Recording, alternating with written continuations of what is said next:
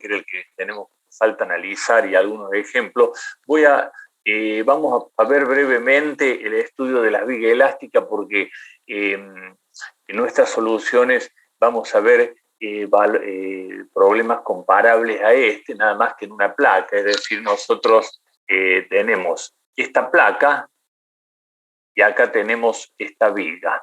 Entonces, los problemas son comparables, aunque dan soluciones distintas, y por eso, para poder meternos de lleno en esta solución de la placa, vamos a ver qué es la elástica de una viga. Seguramente lo han visto en resistencia a materiales, pero vamos a recordarlo brevemente, pasando estas cuantas filminas que yo he preparado al respecto. Bueno, entonces, que nosotros tenemos una viga acá, una viga isostática, pero a diferencia de la que se estudia en estática, esta viga es deformable, o sea, es una viga que está constituida de un material deformable, y vamos a analizarlo desde ese punto de vista. Es decir, vamos a analizar cómo se deforma esta viga y cuáles son los parámetros y elementos que intervienen en esta problemática de la deformación de la viga. Entonces, estudiamos esta viga, que es una viga simplemente apoyada, como ustedes ven los apoyos RA y RB. Es una viga rectangular, por ejemplo, y que tiene una carga Q, esta carga Q que está acá, por unidad de longitud, es decir, por ejemplo, 5 kilonewton por metro, o sea, es una carga por unidad de longitud y es uniforme en la viga para el estudio que estamos haciendo. Entonces, y esto que está acá, al costado de este dibujo que está acá, es una ampliación de este trozo de viga, comprendido entre los planos MN y M1N1.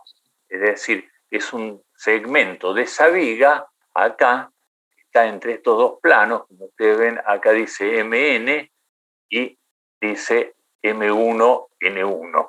Lo he traído acá al costado para ampliarlo y vemos que está un segmento de la carga Q, o sea, lo que está actuando entre esos dos planos, y esos dos planos que son normales al eje de la viga, que coincide, como vemos, con el eje X, o sea, yo tomo un eje X horizontal y un eje vertical positivo como las cargas gravitacionales, o sea, hacia abajo. Entonces ese segmento está acá a la derecha y tiene una longitud delta X, el segmento, o sea, delta X es la longitud que separa ambos planos normales al eje de la viga. Recuerden que en una viga el eje es el punto, es la línea que une los baricentros. Como estos son es una viga toda rectangular de sección constante, el baricentro se encuentra en el eje de simetría del rectángulo y está todas a la misma distancia. O sea que ese es el eje que coincide con el baricentro, los baricentros de las secciones, y estas secciones MN o estas cortes MN y M1N1 son normales al eje de la viga. Bueno, ustedes saben, ya han estudiado en estática, que un sistema de estos isostáticos simplemente apoyado a esta viga con una carga distribuida uniforme tiene un diagrama de corte que está acá. Empieza con la reacción RA y termina de un lado RA y termina con RB, que es igual a RA desde el otro lado. Este es el diagrama de cortantes Q, y este es el diagrama de momento flector, que como una viga ya conocen ustedes, QL cuadrado sobre 8 es una parábola, el momento flector con su momento flector máximo en el centro de la viga y coincidente con el cortante nulo. Bueno, esas son consideraciones que ya hemos visto en estática. Y entonces, por dentro de la viga se va transfiriendo el esfuerzo, es decir, el esfuerzo pasa de RA menos Q y va moviendo centro de la viga hasta llegar a RB. Entonces, en la sección, nosotros estamos considerando acá a la derecha ampliada, está en equilibrio. ¿Y cómo es ese equilibrio? Bueno, hacia la izquierda tenemos el cortante B y el momento flector, así como está marcado. Y por otro lado, a la derecha tenemos el momento flector más el incremento de momento flector, y B más el incremento de corte. Pasamos de una sección a otra y ven que hay una variación tanto del momento flector como del esfuerzo de corte. Bueno, ahí están indicados y en el segmento delta X está ese valor de Q actuando en la dirección positiva del eje Y. Entonces se plantea el equilibrio de fuerzas verticales. Después ustedes lo revisan bien y lo analizan. Yo no voy a demorarme mucho en esto porque si no, no va a poder avanzar en nuestra clase. Entonces, analicen después las ecuaciones. Lo que me dice acá, en definitiva, de la ecuación de equilibrio de fuerza, que Q por la distancia que separa ambos planos es igual al incremento de cortante, cambio de signo. Bueno, entonces esa es una ecuación de equilibrio de fuerza y toma una ecuación de equilibrio de momento, por ejemplo, en el punto M, o sea, un punto que esté sobre el plano MN, y esta es la ecuación de momento, equilibrio de momento, teniendo presente que Q por delta X produce un momento a una distancia delta X sobre 2, el brazo de palanca de ese esfuerzo. Bueno, eso es fácil de plantear, esa ecuación. Y trabajándola, llegaríamos a que delta M sobre delta X es igual a B. Ahora, haciendo delta X tender a 0 tendiendo delta B igual a 0, o sea, haciendo que el plano MN se acerque infinitamente próximo a M1, N1, para aplicar el concepto de análisis de cálculo infinitesimal, tendríamos que el cortante es la variación del momento respecto de X, o sea, me queda diferencial de M sobre diferencial de X igual a B, o sea, la derivada de M respecto de X es B, es decir, la variación del momento flector respecto de X, de la distancia, es el cortante. De esta ecuación 1 se deduce esto fácilmente y tomando límites se llega a que la variación del cortante respecto de X es la carga. Bueno, esas son dos ecuaciones ya conocidas por usted, ¿no es cierto? El cortante es la variación del momento respecto de X y la carga cambia de signo, la variación del cortante respecto de X. Bueno, esas son ecuaciones de fuerza. Por otro lado, esto sí, no lo veríamos en una viga si no es deformable. Es decir, nosotros originariamente entre la sección MN, o sea, esta sección y esta, los lados son perpendiculares, no está deformada. Ahora, cuando entra la carga, como la viga es deformable, las líneas se curvan. Es decir, ¿qué pasa? La viga que estaba originariamente así, ahora es así. Entonces, esto que está acá es esto. Es decir, está curvado, ¿no es cierto? Y tiene un radio de curvatura, el eje de la viga tiene un radio R, o sea, R que es el radio de curvatura. Recordemos que cada una curva y un punto se define el radio de curvatura como la distancia del punto a la curva en forma instantánea. ¿Por qué? O en forma puntual, porque en cada punto el radio va cambiando. Para este punto vale R. Bueno, puede ser que bajo un tipo de carga la deformación de la viga, que vamos a llamar ahora a partir de ahora la elástica de la viga, puede tener un radio constante, sería una deformación cilíndrica, es decir, entonces tendríamos R constante. Para el caso de esta viga no es cilíndrica y R varía de punto en punto. Bueno, y tenemos el eje Y, y acá se le llama I, acá en esto estoy analizando esto, se llama I la distancia que hay desde la línea o eje de la viga, que es la que une los baricentros, a una fibra cualquiera. Para el estudio de esto se considera la viga como una secuencia de fibras, por así decirlo, entonces un manojo de fibra. Entonces la fibra que pasa por el punto S, 1 y S, está a una distancia I. Y está ampliado acá, usted acá se lo amplía para que lo vean, y es la distancia entre el baricentro de la sección y la fibra que estoy considerando. Y acá veríamos que en esta longitud entre M y S esa fibra que pasa por ahí se ha estirado, porque si usted visualmente se observa que del eje hacia arriba las fibras se han acortado, es algo intuitivo, se lo puede observar, y del eje hacia abajo se estiran, están traccionadas y por lo tanto la deformación es positiva en el sentido que hay un alargamiento. Entonces, si nosotros planteamos lo que se alarga, fíjense que acá esta línea azul es paralela a esta, por lo tanto S1S es el alargamiento de la fibra, porque N1 es igual a MS1, luego el alargamiento de S1S. Entonces, si uno hace la deformación específica de la fibra esa, estamos analizando esto significa el segmento SS1 sobre NN1.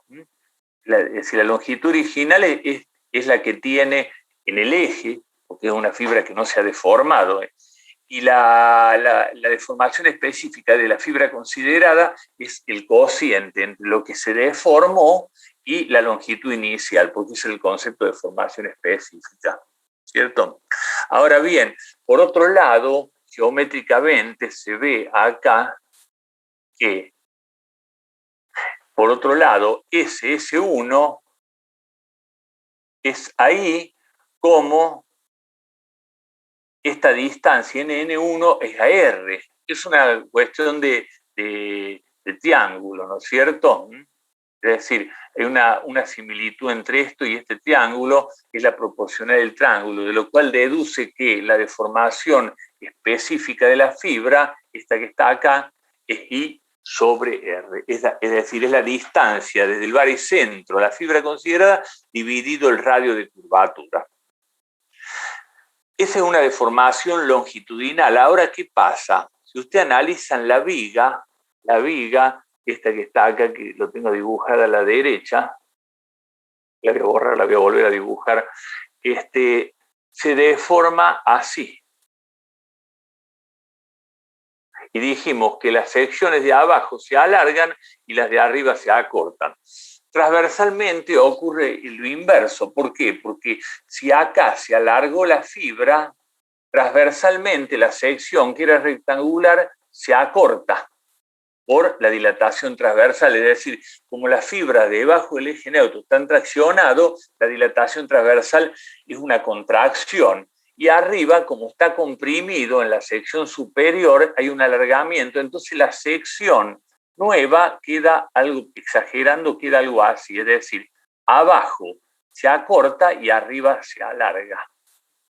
Contrariamente a lo que pasa en la fibra en el sentido longitudinal. Bueno, ¿y cuánto vale esa transversal EZ, que acá lo tengo dibujado?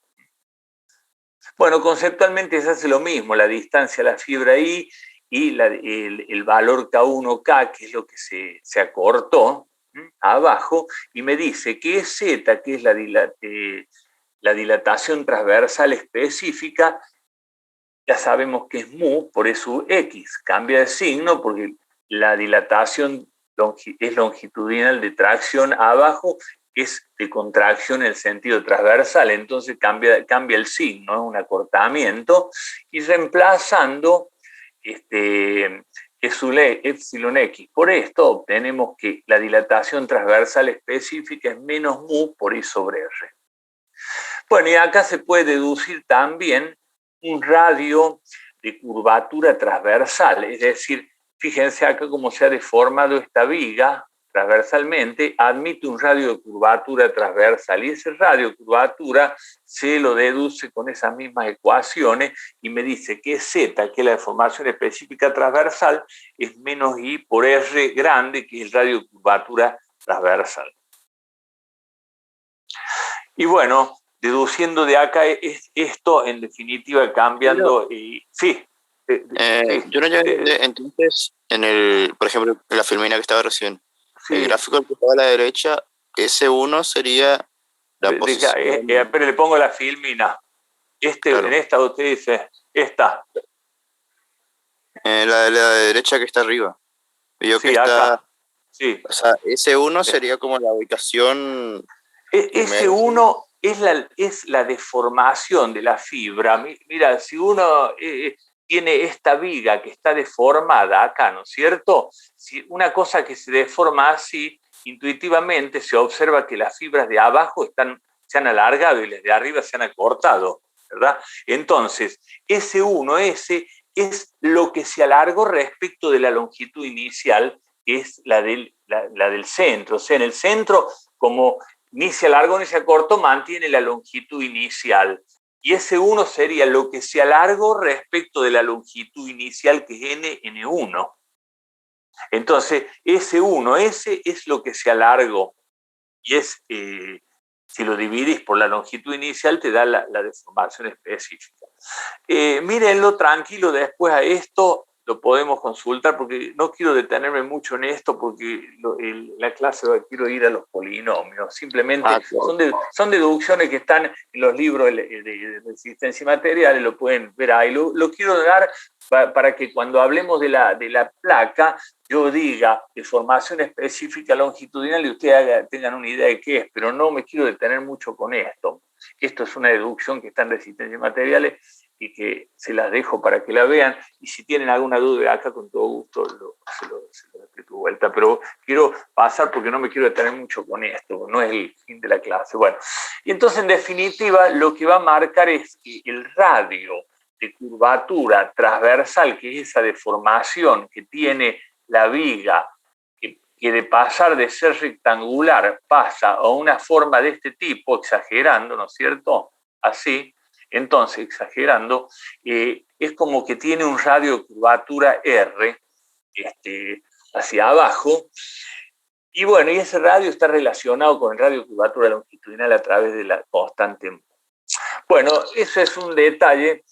Vamos a ver qué pasa ahora. La tensión a nivel de la fibra, estoy analizando sigma X, es E por epsilon X, o sea, recordemos ley de Hooke, ¿cierto? El módulo de elasticidad por la deformación específica longitudinal.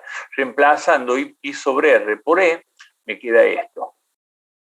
Bueno, está en equilibrio la sección. Eso está en equilibrio, bueno, porque no está rotando, digamos. Entonces, quiere decir que hay un equilibrio de momentos y de fuerzas. Las fuerzas que están por arriba de la viga, en la zona de arriba, el corte de la viga, y dijimos que está lo que se llama eje neutro, que es la línea que une los baricentros. Lo que está por arriba está comprimido. Vamos a ver que da una gráfica así. Y lo que está por abajo está traccionado. Ahora bien, hay equilibrio de fuerza porque la viga no se traslada. Entonces, del equilibrio de fuerza que se plantea acá es la integral de las tensiones en todo el área de arriba tiene que ser igual a la integral de las tensiones del área de abajo. Se tiene que estar igualado a cero, por un lado. Y por otro lado, hay un equilibrio de momento en izquierda y derecha. Ahora, ¿cuánto vale el momento este? Bueno, es la integral. El momento es la integral del área por la tensión, acá lo ven, por la distancia. Entonces, el diferencial de área por el diferencial de fuerza, que es la tensión, ¿no es cierto? Entonces, tensión por diferencial de área por la distancia. Es integral, y la integral de segundo grado indica el momento. Bueno, y se deduce que es esto, y se despeja en definitiva esto, que me dice que la inversa de la curvatura, del radio curvatura 1 sobre R, es igual al momento dividido E, que es el módulo de elasticidad, por el momento de inercia. Esta integral que está acá, integral de I cuadrado por diferencial de área, ustedes recordarán de estática que es la integral es el momento de inercia, la sección. Entonces de acá saca E sobre R fuera de la integral, y bueno, en definitiva la integral de I cuadrado por diferencial de área es el momento de inercia. Bueno, y despejando 1 sobre R, que es 1 sobre el radio, 1 sobre R es un concepto, R es el radio de curvatura, y 1 sobre R es la curvatura, es su inversa. Es decir, se mide en centímetros, en metros, es decir, 1 sobre R se le denomina curvatura, porque R es el radio de curvatura. Y finalmente, que es lo que yo quería mostrarle acá, de estas deducciones que, repito, están en los libros de resistencia de materiales, deducción simple, lo que quiero mostrarle es que la tensión en las vigas es proporcional a la distancia desde el eje neutro o baricentro seccional a la fibra considerada, es decir, en el centro de la viga, en el baricentro, la tensión es nula, porque I igual a 0. ¿Y dónde está la tensión máxima? En el borde. Y de acá se observa que es una variación proporcional lineal, va de 0 al valor máximo en el borde. Uno da negativo cuando I es negativa, es de compresión arriba, y otra da I positiva. Para I positiva da positiva la extracción, o sea, acá está esquematizado. Este sería un poco lo que yo quería llegar acá, es decir, que en un mecanismo de flexión, como esta viga simplemente apoyada, las tensiones son directamente proporcionales a la distancia al baricentro, y la unión de todos esos baricentros, la línea que une todos los baricentros, se denomina eje neutro. ¿Por qué eje neutro? Porque la tensión es nula, es neutro, 0. Y la tensión varía linealmente hacia arriba, en este caso en compresión, y hacia abajo en tracción. Entonces lo que llegamos acá a concluir, por eso se lo he remarcado, es que las tensiones son proporcionales a la distancia del eje. Esta es una deducción que está siempre en los textos de resistencia material. Por otro lado, me interesa hablar un poco de la elástica, para que cuando veamos en placa yo le hable de elástica y sabemos qué es. La elástica es la deformada de las vigas, se le llama línea de elástico o elástica. Es decir, acá de nuevo tenemos la viga isostática y la tenemos deformada. Y acá hay una ampliación. Esa deformación en cada punto se habla de una formación lineal, que es el descenso que ha producido en cada punto la viga, es decir, desde la línea original, que acá coincide con el eje X y horizontal, hasta la línea deformada. Esto se le suele llamar delta, y es el descenso o deformación lineal. Pero también hay una deformación rotacional. Si uno analiza la tangente a la elástica en cada punto, vería que es distinta. Digamos, si trazo una línea de simetría, es igual y de signo contrario a ambos lados, pero cada punto tiene una deformación rotacional que es el ángulo que forma la tangente con la horizontal. En el centro de la viga, por ejemplo, si se deforma así, la carga esa, en el centro de la viga, la tangente es horizontal. Entonces el ángulo que forma con la horizontal es nula, entonces la rotación en el centro de la viga es nula. Y tiene la rotación máxima, ¿dónde? En los apoyos, donde el ángulo forma la tangente a la elástica con la horizontal es máximo.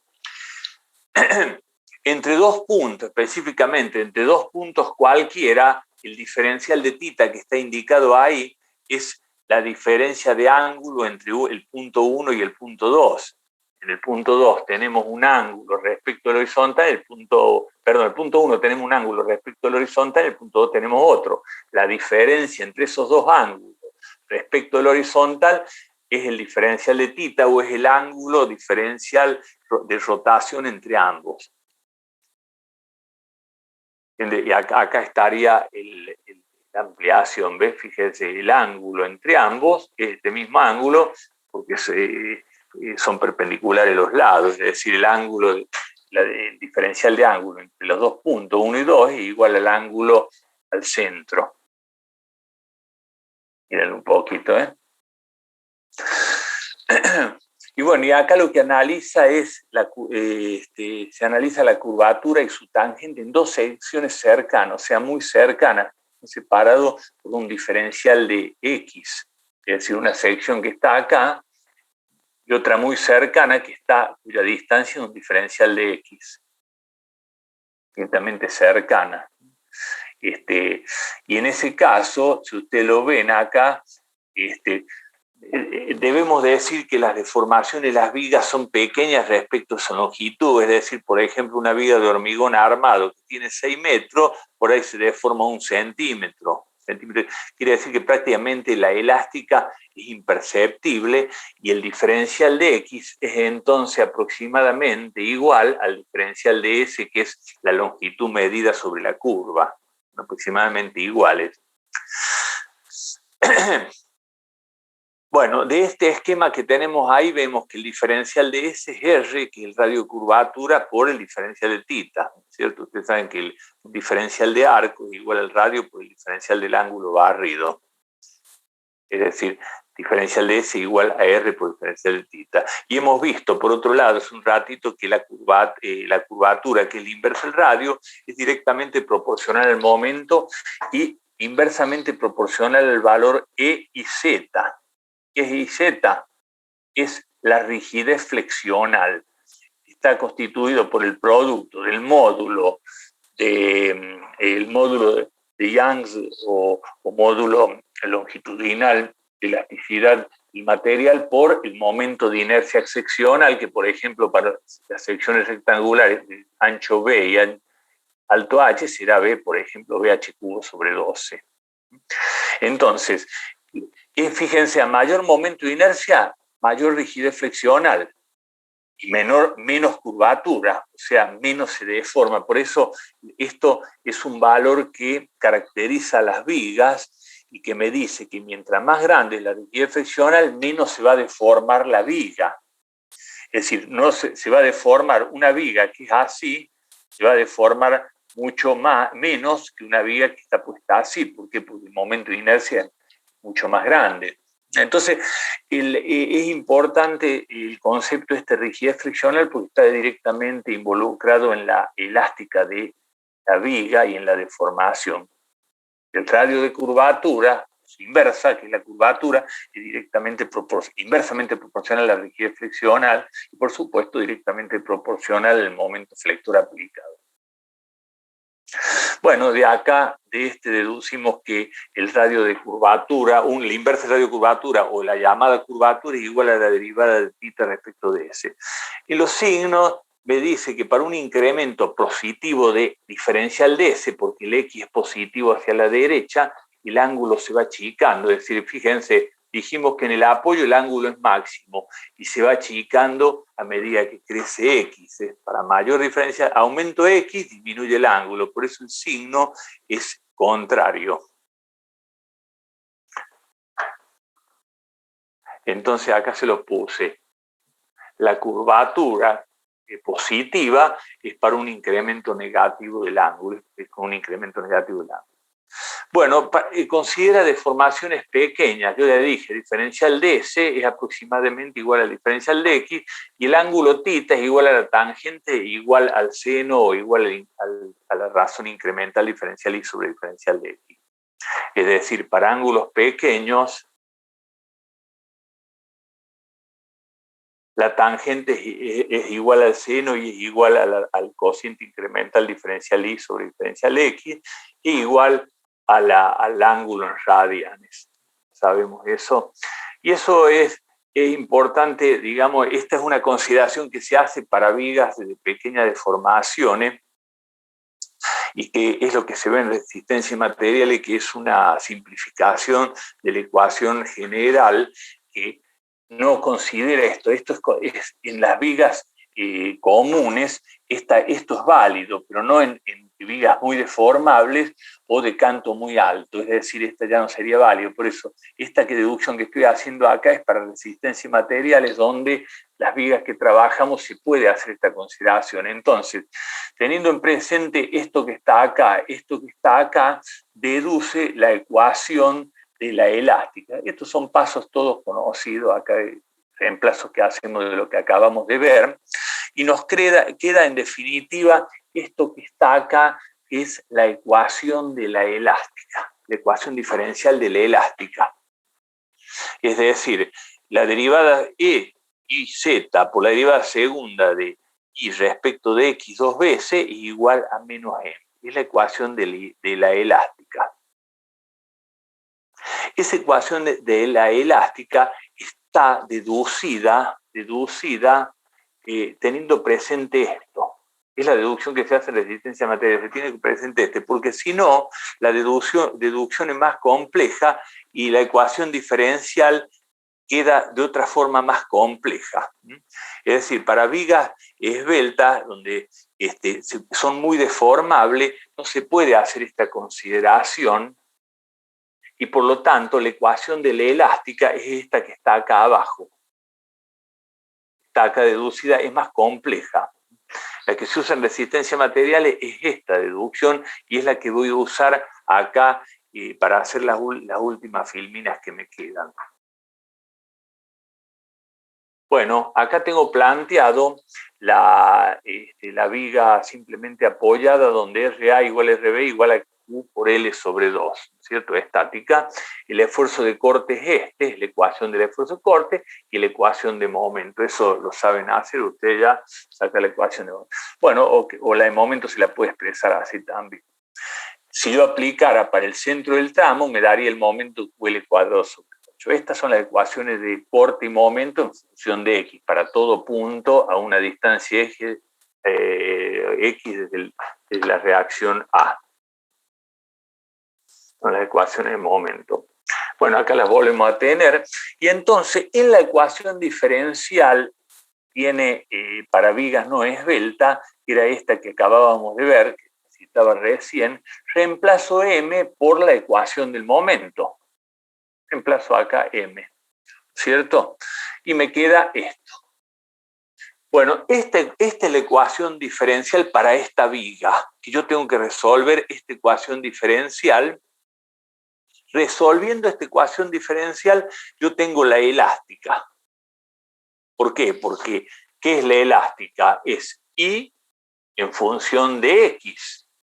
Y bueno, y esta ecuación que tengo acá involucra, esta que está acá, involucra la derivada segunda. Quiere decir que si yo integro dos veces esa ecuación diferencial, obtengo I en f de x, que es la ecuación de la elástica.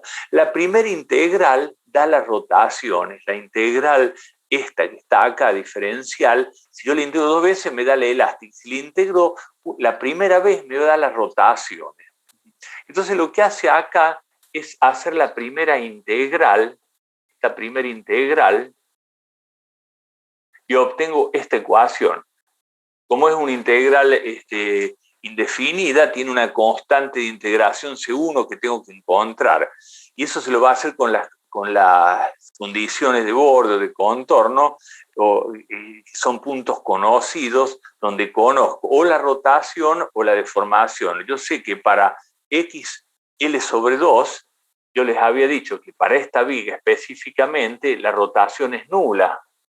¿Por qué? Porque va de un signo negativo a un signo positivo, pasa por el punto cero, es decir, en el centro de la viga las rotaciones son nulas. Entonces yo pongo, si en esta ecuación que quiero sacarse 1, le doy a X el valor de L sobre 2 y pongo derivada de Y respecto a X igual a 0, porque el centro de tramo es eso, me puedo determinar el valor C1.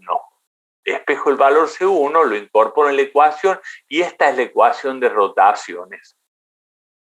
Esa es la ecuación que me dice cuál es el ángulo rotado en cada sección. En esa ecuación, obviamente, si pongo X igual a L sobre 2, me va a dar 0, ¿cierto? La rotación. Ahora, para X0 o XL, que son en los extremos, tengo las rotaciones máximas, nada más que de signo contrario. ¿Cuánto vale ese ángulo θ rotado? Y bueno, le doy el valor X igual 0 o X igual L y obtendré cuál es la rotación, que es Q por L cubo sobre 24 IJ. IZ. Es decir, es la ecuación de rotaciones.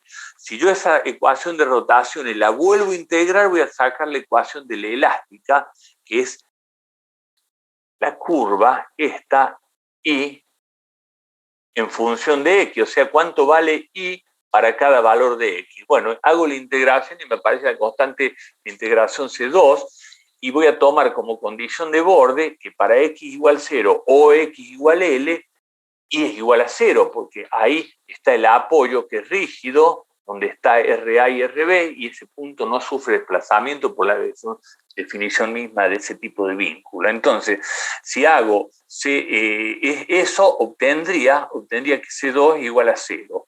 Lleva poniendo C2 igual a 0 en la integrada, en la ecuación integrada, obtengo esto que finalmente le marqué acá, que es la ecuación de la elástica. Es la función y en función de x, o sea, para cada valor de x, para cada valor obtengo el valor de y, que es lo que desciende. Por supuesto, si le pongo x igual 0, x igual l, y va a ser 0. Pero ¿qué no me interesa saber? ¿Cuál es la deformación máxima? Está en el centro de la viga, porque pasa de una formación 0 a otra 0, como es simétrico, está en el medio. Para x igual a L sobre 2, reemplazo en esta ecuación y obtendría lo que se ve en los manuales, que para una viga simplemente apoyada con carga distribuida, la deformación máxima vale 5 sobre 384, 5 sobre 384 es una fracción por Q, carga por unidad de longitud, por L a la cuarta, la longitud de la viga, L a la cuarta, dividido E por el momento de inercia que la rigidez flexional. Y eso me daría, en la unidad que he puesto todos los elementos, centímetro, metro o milímetro, me daría cuánto desciende la viga en el centro. Bueno, me queda 1 minuto 20. Esto yo quería, después agarren las filminas, que se las voy a pasar junto con los videos de ahora y del viernes, que yo me olvidé pasárselo, para que repasen y vean esto. Esto se encuentra en el libro de Flies, Timoshenko de resistencia material. En cualquier libro de resistencia material están esas deducciones perfectamente explicadas. Pero yo quería darle un pantallazo al respecto. Ahora voy a dejar compartir, voy a salir y en minutos le mando para que sigamos el polinomio de quinto grado para el análisis de placa ubicado en forma vertical. Quiero unas filminas.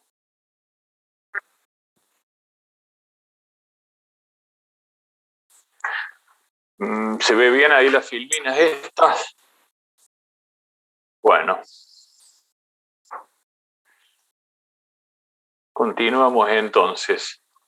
Bueno, vamos a ver hoy, como continuación de la clase pasada, donde habíamos visto las soluciones polinómicas de segundo, tercer y cuarto grado y qué tipo de tensiones nos representaban. Ahora vamos a ver el polinomio de quinto grado y después vamos a ver un ejemplo aplicativo de los distintos polinomios, porque vamos a ver que se pueden combinar los polinomios, ya que estos polinomios, las soluciones de una ecuación, si tenemos una o más soluciones de una ecuación diferencial como la que se plantea para la placa, la suma de esas soluciones también una solución de dicha ecuación. Entonces se van a combinar polinomios de distinto grado para lograr resolver los problemas específicos que se nos planteen. Entonces vamos a ver ahora el polinomio de quinto grado. El polinomio entero en quinto grado tiene esta forma, Φ5 le llamamos, porque es el de quinto grado, y es un polinomio entero en x e y empieza con la potencia 5 de x y termina con la potencia 5 de y están los términos cruzados donde intervienen x e y. Tenemos 6 términos, ¿no es cierto? En x quinta, x cuarta y x tercera y cuadrado y tercera, x y cuarta, ¿no es cierto? Cada una tiene su nombre, el término, el coeficiente de cada uno de esos sumando, tiene un número para identificarlo, ¿no? Y abajo tiene 20, 12, 6, se ha facilitado para poder hacer el proceso de derivación. Entonces, si yo hago la derivada primera de esto, o sea, obviamente este no es como el polinomio de segundo y tercer grado, que la derivación cuarta es 0 y por lo tanto cumple con la ecuación. O sea, esta, al hacer las derivadas cuartas, nos va a dar ciertas estructuras polinómicas que nos van a imponer condiciones. Entonces, si nosotros tomamos el polinomio de quinto grado, que es este que está acá, y hacemos la derivada primera de eso, respecto de x y respecto de y, obtenemos esto que está acá, ¿cierto? Esta sería la derivada primera. Después se hace la derivada segunda, donde entra la derivada la derivación cruzada, ¿no es cierto? Y obtenemos esto que está acá, yo la he hecho y les propongo la derivada segunda y después las derivadas terceras. Derivada tercera. Bueno, y acá está la derivada cuarta. Bueno, en definitiva, eso es lo que nos interesa, la derivada cuarta, porque la ecuación diferencial de la placa involucra la derivada cuarta, esto que está acá. Si las llevamos a estas derivadas acá, derivada cuarta, obtenemos esta ecuación que está acá abajo. Una ecuación es algebraica, donde están las variables x y y con sus coeficientes. La única solución de este sistema que está acá es que estos coeficientes cumplan esta condición. Porque para que sean solución permanente, ¿no es cierto? Porque una solución sería para este sistema que x y y sean igual a 0, pero no nos interesa otra solución. ¿Y cuál es esa solución? Que esto que está acá, que son los coeficientes, sean iguales a 0. Es decir, que para que, digamos, lo tenemos que decir, para que el polinomio de quinto grado sea solución de la ecuación diferencial de la placa, los coeficientes de ese polinomio deben cumplir esta condición. Es decir, por ejemplo, que 6a5 más 2e5 más 4c5 igual a 0, que 2b5 más 6f5 más 4d5 igual a 0. Si despejamos E5 y F5, nos queda esto, que es otra condición. Es decir, otra forma de la condición, donde C5, A5 y B5, o sea, lo de este lado son independientes. O sea, para cualquier valor que yo le dé 5 a 5 o B5, C5, A5, B5, D5, me va a cumplir.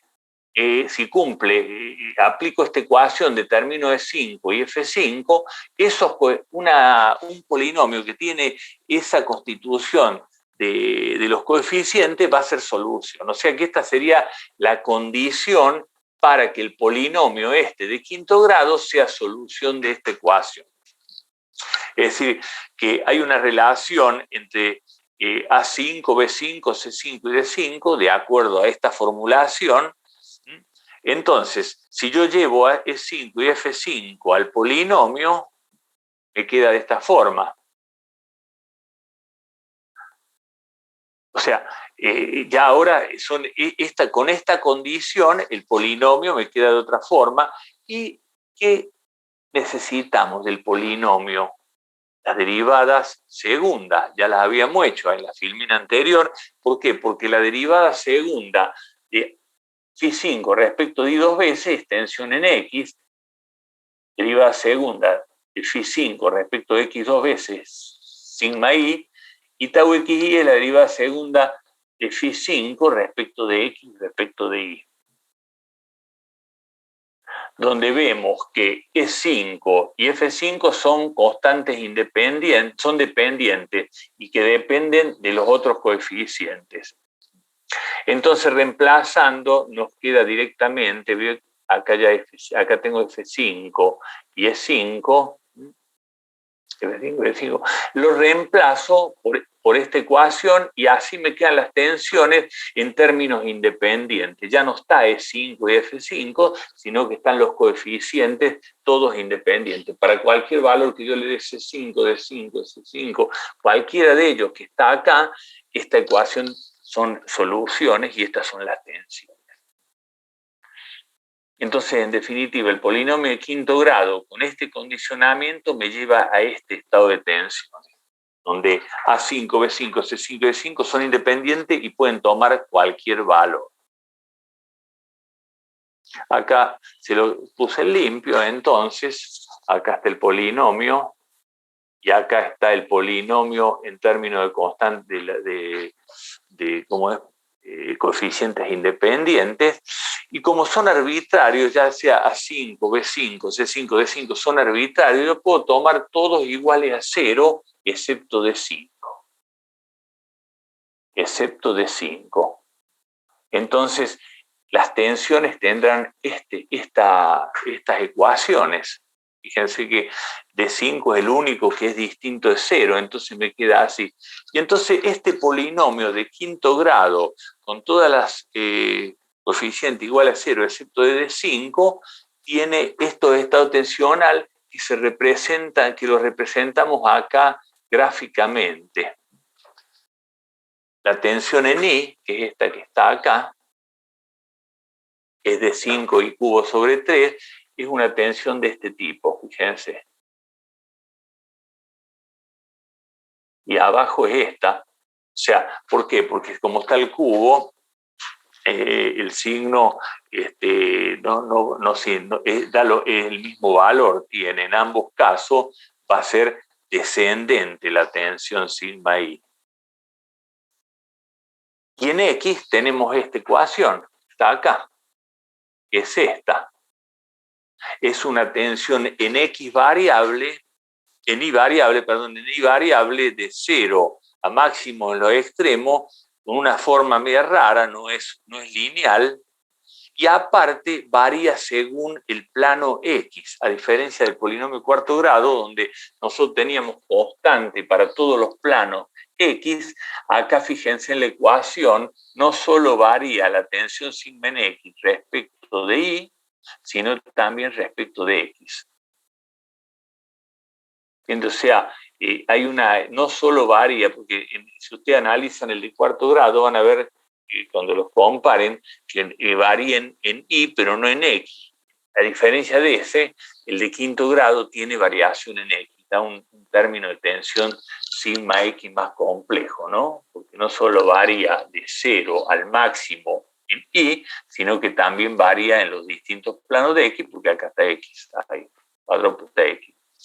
Y por otro lado, este polinomio de quinto grado, de 5, distinto de 0, para todos los otros términos igual a 0, me da un esquema tensional tau de esta manera. Es una tensión que va en aumento a medida que transcurre X, y por supuesto tiene la recíproca en el eje Y. No podía ser de otra manera, ¿no es cierto? Y por supuesto, para más I o menos I, la tensión va a cambiar de signo. O sea que estaban para allá y estaban para allá, y va aumentando de 0 al máximo. Bueno, ese sería el esquema que nos da tensional, ¿no? Vamos a analizar, por ejemplo, este ejemplo. Una placa dado por un polinomio de quinto grado. ¿Cómo serían las tensiones, por ejemplo, en una placa donde yo tengo arriba, como condición de contorno, Q igual a 16? O sea, ese Q igual a 16, ya dijimos que para un espesor unitario, la placa tiene un espesor unitario, y Q es la fuerza por unidad de superficie en el borde o contorno, que es la carga. O sea, esta placa que tiene dimensiones L igual 8, y C2 y C menos 2, o sea que tiene 4 de largo, de alto, una placa rectangular, tiene arriba una carga por unidad de superficie que será 16 en las unidades que estemos trabajando la fuerza, puede ser de tonelada, kilogramo, kilonewton, sobre la superficie que podrá ser en metro cuadrado, centímetro cuadrado, qué unidades usemos, ¿no es cierto? Entonces, la placa tiene 8, por ejemplo, tiene 8 metros y tiene 4 de alto, 4 metros, bueno, será entonces Q deberá dar 16 toneladas, por ejemplo, sobre metro cuadrado. O sea, las unidades tienen que ser compatibles cuando hago este trabajo. Recuerden que el espesor es unitario y tiene una unidad de la unidad que estamos trabajando. Bueno, recién vimos en el polinomio quinto grado que cuando hacemos todos los coeficientes iguales a 0, excepto D5, me quedan ese esquema tensional que se representa así, que ya habíamos visto que era este que estaba acá. Lo vimos recién, se lo volví a copiar acá. Es decir, estos esquemas tensionales son la representación de eso que está ahí arriba. De estas tres ecuaciones, sigma i, x, sigma i y tau xi. Entonces, si hacemos aplicamos, ¿se acuerdan que nosotros tenemos, para resolver una placa debíamos ver cuál es la ecuación que responde a la que resuelve la ecuación diferencial de placa, y por otro lado resolvemos la condición de contorno? Ya vimos que esta es una ecuación cuyo gráfico de tensiones son esto y que es respuesta o que responde o que resuelve la ecuación diferencial. Ahora apliquemos sobre esta las condiciones de contorno y me dice que para C-2, que sería este punto acá arriba, entonces CI es D5, CI es D5 sobre 3 por I cubo, pero menos C es menos 2 elevado al cubo, está acá, más Q, porque en el extremo donde está senos, ahí sí tenemos una condición de contorno, y por lo tanto la tensión debe ser igual a la fuerza actuante. Es decir, eso era una ecuación de contorno, es decir, el equilibrio entre las tensiones obrantes en la placa y las fuerzas exteriores. Entonces, si yo aplico esta condición de contorno acá, puedo despejar para Q igual a 16 cuánto vale de 5, ¿cierto? Y me va a decir que es igual a 6. Entonces yo, llevando esta ecuación, tengo las ecuaciones, como ya de 5 era el único coeficiente que necesito conocer, y yo sé que es 6, lo llevo a la ecuación y obtengo las ecuaciones de las funciones de tensión, o sea, los valores tensionales para cualquier punto de la placa. Para cualquier valor que yo le dé X e Y de la placa, voy a obtener la terna de tensión y por lo tanto el tensor de tensiones cada punto. Entonces yo lo que he hecho acá he aplicado para una placa donde tengo este tipo de solución de quinto grado, para una placa que conozco sus dimensiones y su condición de contorno. Entonces estas ecuaciones que acá estaban nominadas en D5, pasé a ponerle valores, y entonces esto que está acá son las tensiones, funciones para sigma x, sigma y tau x, para ya esta placa que tiene una dimensión dada y que tiene una carga dada, ¿cierto? Que es 16. Bueno, y ahora vamos a resolver uno aplicando todos los polinomios que conocemos, segundo, tercero, cuarto y quinto grado. Va a resolverlo, está sacado esto de distintos textos, ha resuelto el autor este tipo de problema. Es una viga placa. ¿Se acuerdan la foto que yo le mostraba, los tabiques, las paredes tipo placa? Bueno, ¿por qué se llama viga de gran altura?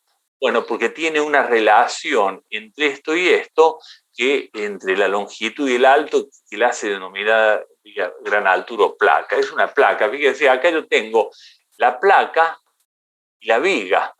Fíjense visualmente que son distintas. Es decir, por ejemplo, si esto tiene 6 metros acá, y esto tiene 60 centímetros, es 10 la relación, es decir, la relación entre la luz y la altura de la viga, es decir, si esta viga tiene 6 metros y esto tiene 60 centímetros, 0,60 metros, es decir, 600 centímetros L, yo hago L sobre la altura de la viga 2C, yo vería que hago 600 sobre 60 y me da 10. Mientras que si esta viga tiene 6 metros y esto tiene 2 metros, yo hago 600 dividido 200 y me da 3. O sea, es distinta la relación. Bueno, según el material y la técnica, ahí va, ese valor define cuándo es de gran altura. Nosotros vamos a trabajar ahora con una viga de gran altura, esta placa que está acá, y le vamos a aplicar los polinomios. Ahora bien, lo que hace el autor es considerar a la viga, no la viga está de gran altura, esta no, ya la estudiamos cuando le mostré hace un rato en la filmina, vimos de la elástica y el sistema tensional, y ya lo hemos analizado.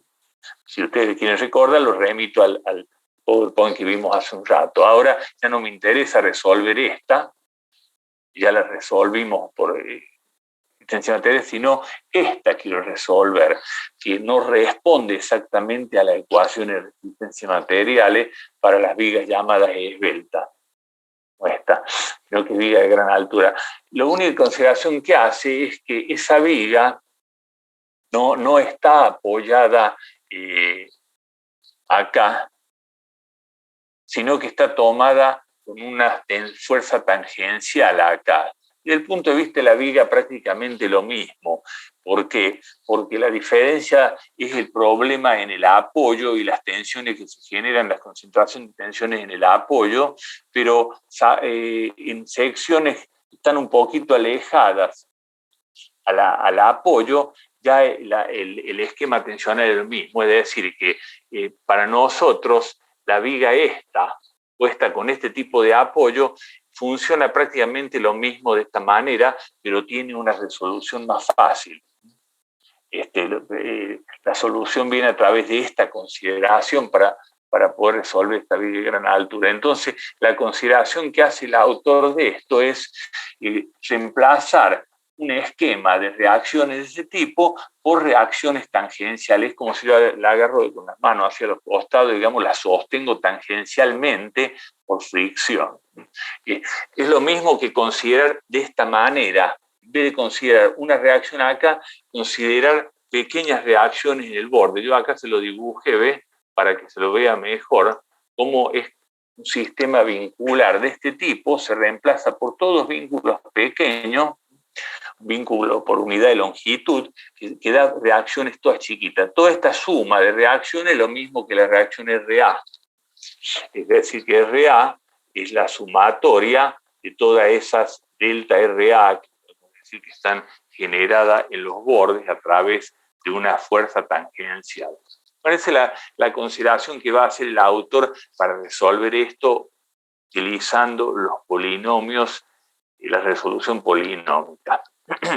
¿Por qué se puede hacer eso? Porque hay un principio acá que dice que este tipo de distorsiones que se genera en el apoyo se disipa rápidamente. Entonces, el estado tensional de una viga elástica o placa elástica en un punto tal como este es el mismo que tal como este. Es decir, la única diferencia es alrededor del apoyo. Es el principio de elasticidad que me habla de eso. Es decir, toda esta distorsión se genera en el apoyo es muy cercano ahí. Después la viga se comporta en todas las demás secciones como si tuviera el otro apoyo, ¿no? Bueno, entonces se nos presenta este problema, la viga de gran altura, así como está planteada ahora acá, en el cual las reacciones no son reacciones tipo puntual, como ya vimos, sino que ya lo presento con reacciones de tipo fuerza tangencial. Y va a considerar que las fuerzas de peso propio son básicas, las fuerzas básicas o peso propio son nulas. ¿Cómo es eso? El peso, si todas las vigas tienen peso, ¿por qué lo considera cero? Bueno, lo va a considerar que ese peso está puesto acá arriba, porque es la manera de resolver este problema. En vez de considerar fuerzas básicas, variables, o sea, están actuando dentro, lo va a considerar como una carga adicional arriba. Eso es para facilitar el estudio analítico de esto, que no se vuelva tan complejo y los resultados son los mismos. Es decir, en vez de considerar la fuerza del peso propio obrando dentro de la viga, se lo considera como una fuerza exterior. ¿Por qué? Facilita la resolución del problema. esa simplificación, igual que hicimos con la de las reacciones, y bueno, y podrá dar respecto del original algunas pequeñas diferencias que ya como ingeniero las vamos a conocer y le ponemos un coeficiente de seguridad y listo. O sea, es asumir esas pequeñas diferencias para facilitar la resolución analítica de esto, que de otra manera sería muy complejo. Podemos resolver esto también ahora con los software y todo eso, bueno, la forma, ¿cierto? Pero nos conviene conocer el fundamento analítico de esto para después aplicar los software con algún conocimiento, ¿no? Bueno, entonces tenemos esta viga de gran altura con esta consideración de las reacciones tangenciales, de las fuerzas máxicas que se considera igual a nula, y la colocación de un sistema de eje como está planteado acá.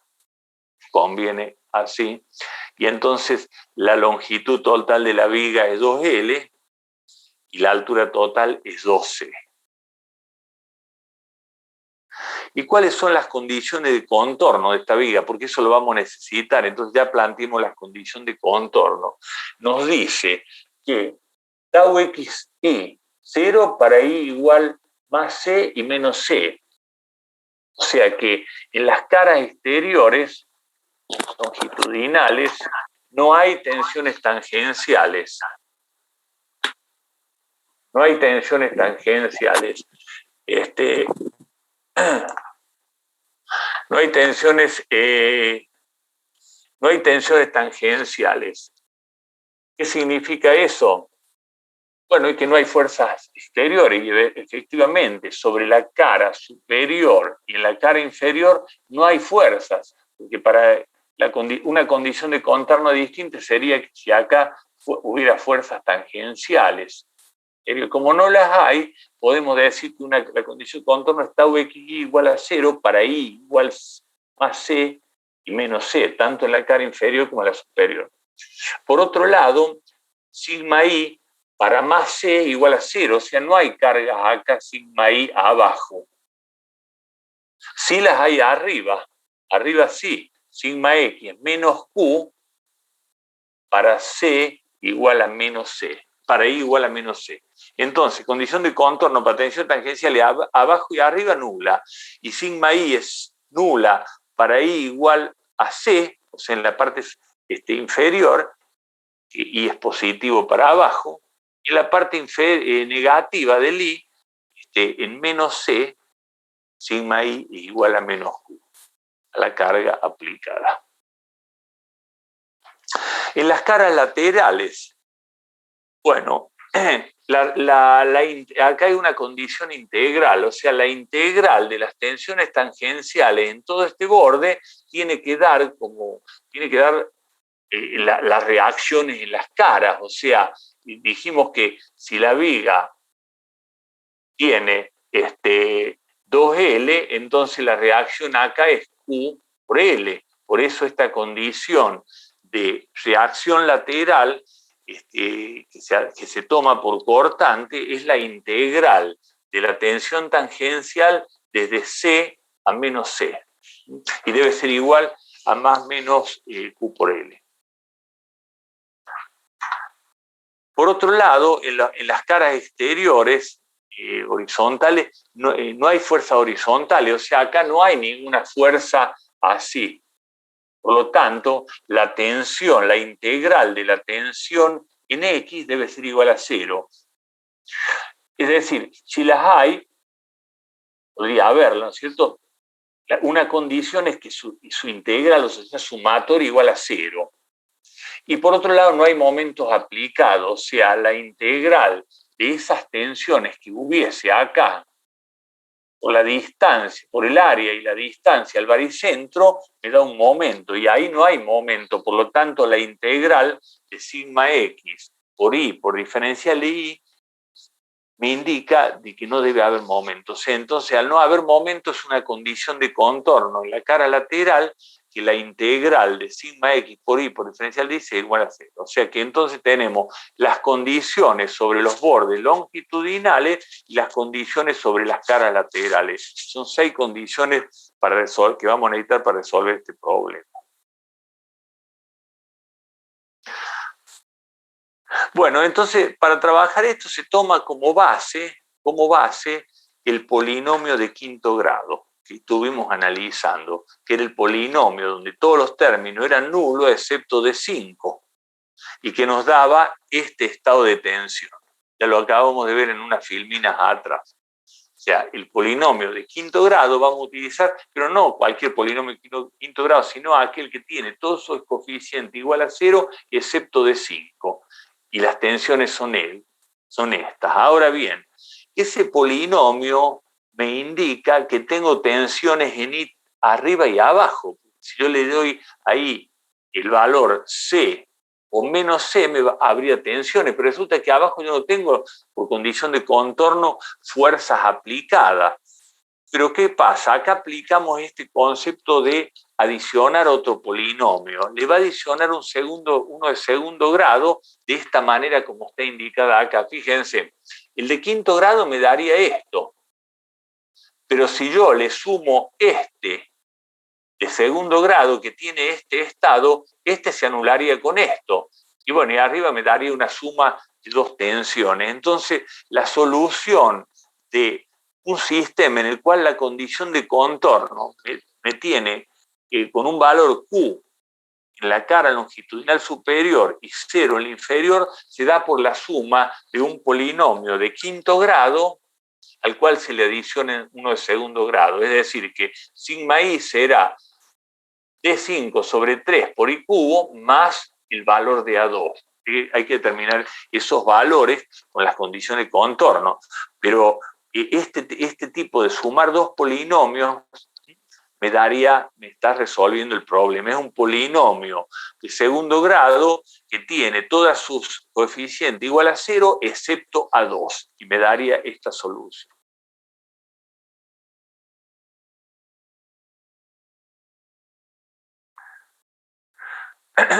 Bueno, ahora ¿qué pasa? Vemos que el polinomio de quinto grado tiene tensiones axiles sigma x y tau xy.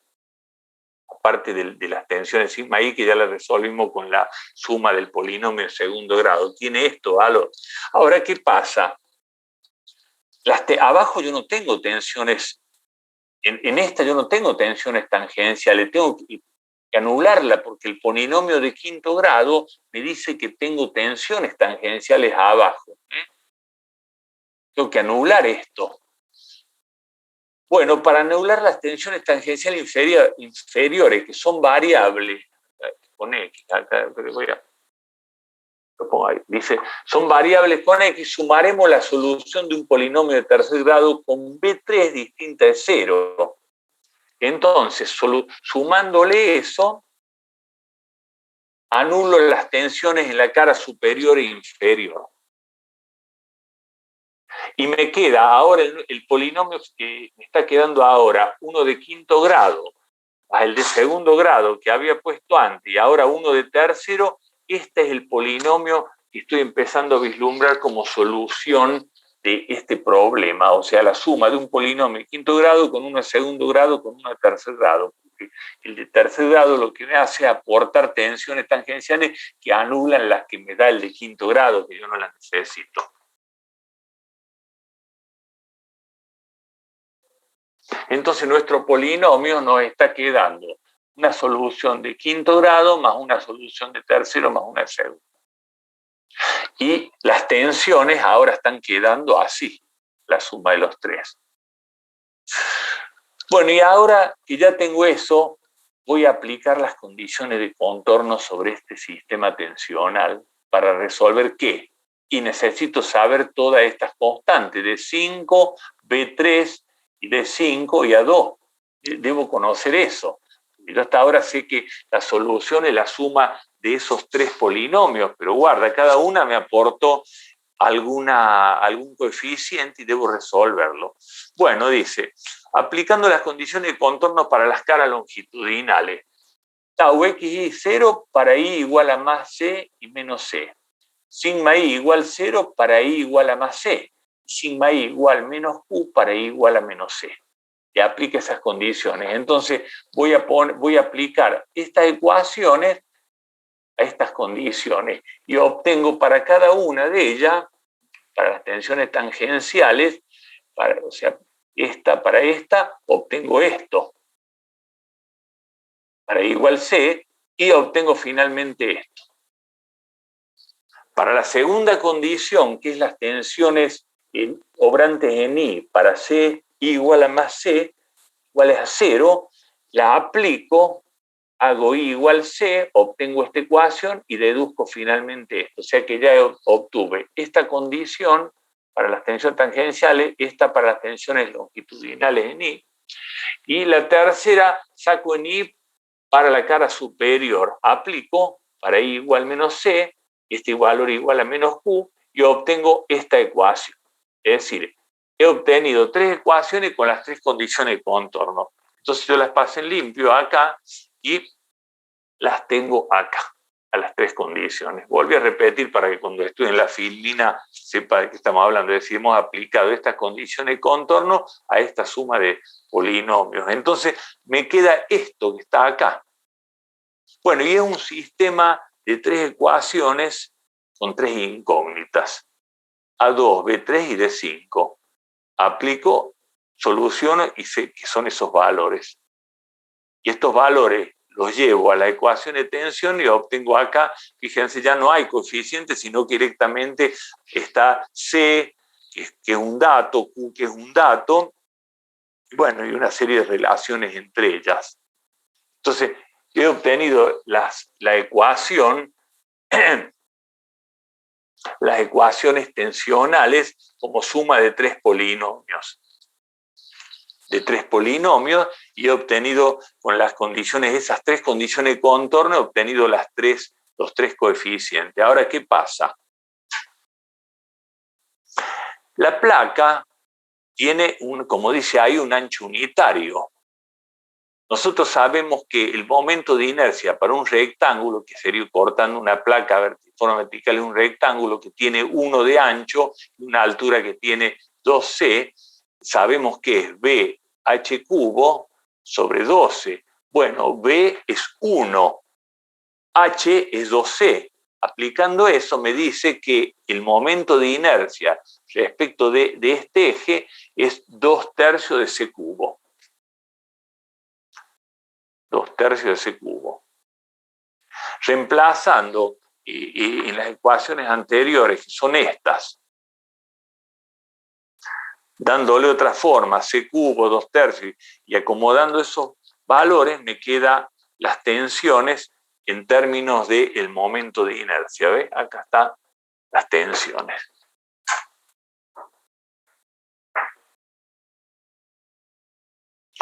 Pero no termina el problema todavía ahí. Dice, no son las ecuaciones finales tensionales, porque hay que ver qué pasa con las condiciones de contorno en las caras laterales. Bueno, estas se cumplen, esta acá se cumple. Si uno hace esa integral, vería que se cumple esa ecuación. Pero, ¿qué pasa con la de los momentos?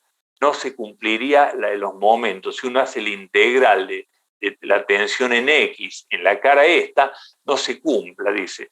Para que se cumpla, se debe superponer una solución que anule el momento resultante de esa integral.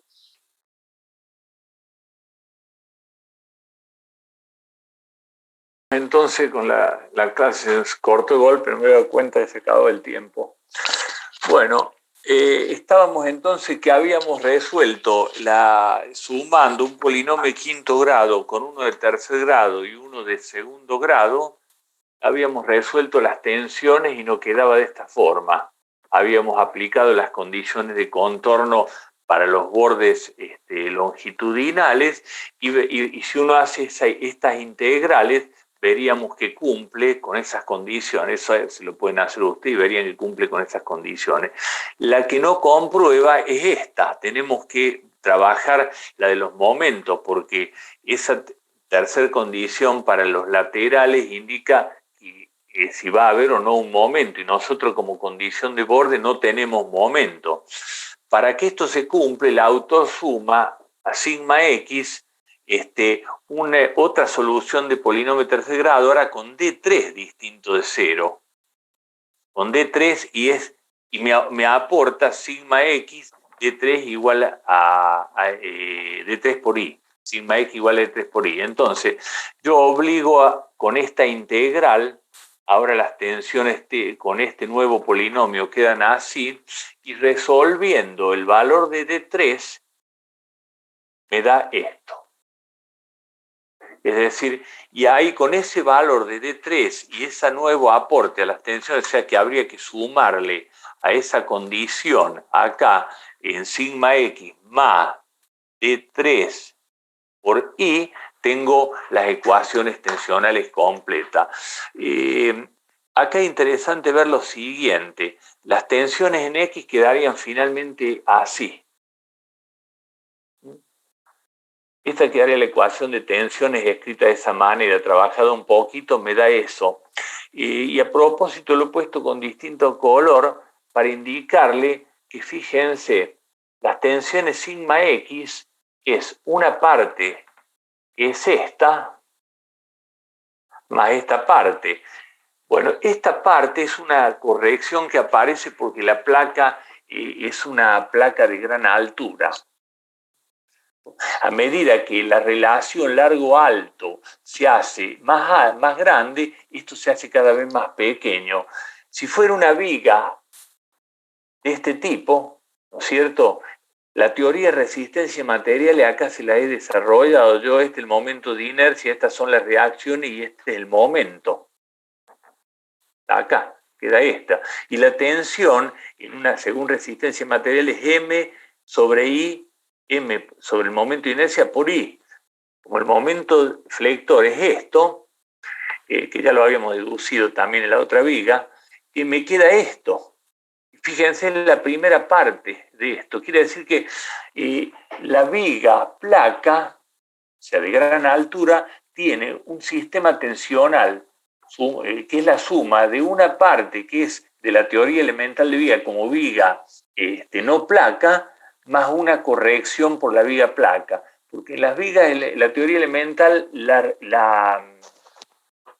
las tensiones son proporcionales a la distancia. Acá lo tiene y ustedes lo han visto en resistencia a materiales. Y cuando yo le adiciono eso, me da una ecuación de este tipo. Sí. Con un aumento de tensión y un cambio de la forma de la curva,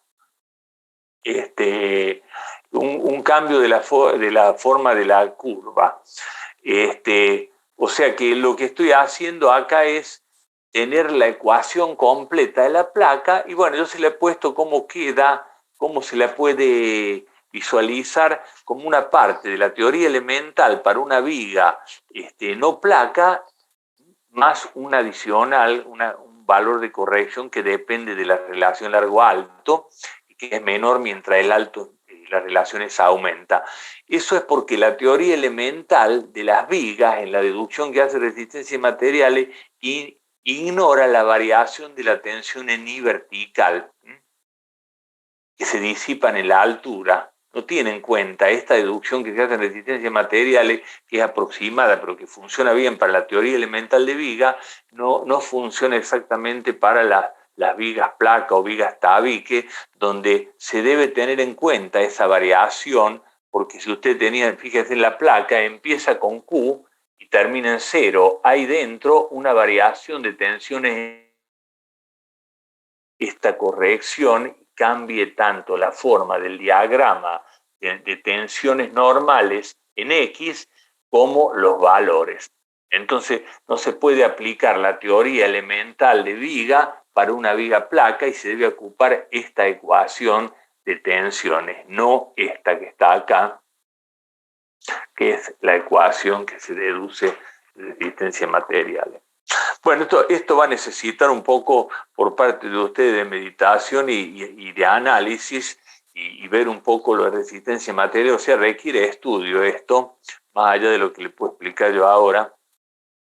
Esto está en el libro de Timoshenko, también está en los libros de Flies de teoría de elasticidad o de cualquier libro de teoría de elasticidad en que se trate las placas trabajando con la carga en su plano. Otro caso que se resuelve en estas dos últimas filminas es el caso de una placa actuando en voladizo. O sea, esta es una placa, está empotrada acá, está en voladizo con una carga P. Bueno, se plantea una solución también haciendo algunas, ¿cómo es? Pero a ver, poquito, acá. Pensando algunas cositas, pero que se me ha corrido una, está. Que la fuerza P no está colgada en el extremo, sino que trabaja en forma tangencial. Acá el efecto es el mismo, el problema se resuelve de la misma manera. Como dijimos en el caso de la placa doblemente apoyada, se disipa rápidamente el tema tensional en la cercanía de la carga y se puede considerar que la carga P está actuando en forma tangencial. O sea, P carga sobre el extremo de la placa a través de tensiones tangenciales. Y P es la única carga actuante, son nulas las cargas gravitacionales de peso. Se propone la solución superponiendo en este caso al polinomio de cuarto grado, uno de cuarto grado, con solo D4 distinto de 0, cuya ecuación de tensiones da esto. Esto es unas soluciones de las tensionales para un polinomio de cuarto grado, donde todos los valores son 0 excepto de 4, y que da una gráfica del polinomio de este tipo. Ahora bien, no tenemos esfuerzos tangenciales en la placa acá, arriba y abajo, por lo tanto hay que superponerle una solución del polinomio con tau xi igual a menos B2. Entonces, para anular las tensiones tangenciales en la cara inferior y superior, se le suma el polinomio de segundo grado con B2 distinto de 0. Nos quedan finalmente las soluciones tensionales, estas que están acá. He sumado un polinomio de segundo grado con uno de cuarto grado, con el valor de los coeficientes como acabo de decir.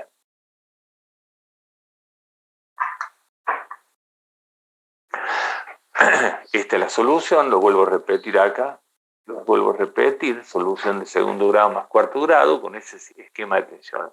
Ahora, aplicando las condiciones de contorno para las caras tau xi igual menos B2 para I igual menos B2 menos D4 sobre 2 por I cuadrado, que es esta ecuación de tensiones, para I igual a más C y menos C, o sea, para las caras inferior y superior, sabemos que 0, ahí se deduce que D4 es igual a este valor.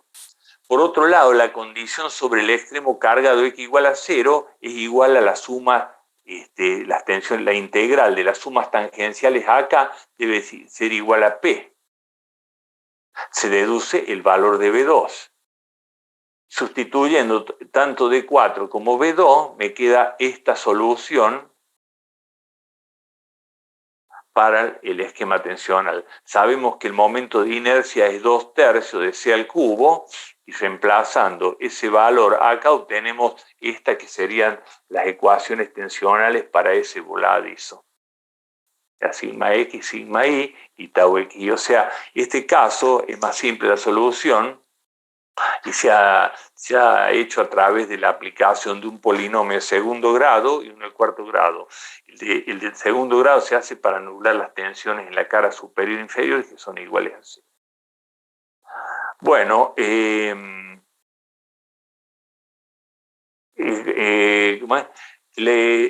es lo que tienen que ver ustedes, estudiarlo un poco, es lo que yo le puedo decir sobre las soluciones polinómicas. Ahora va a haber algunos ejercicios en el práctico, pero va a haber que estudiarlo un poco a esto, porque si no, no se va a poder resolver. Yo voy a compaginar los videos, se los voy a enviar y les voy a mandar todos los PowerPoint a través del ingeniero Reimer, así usted puede estudiar este tema.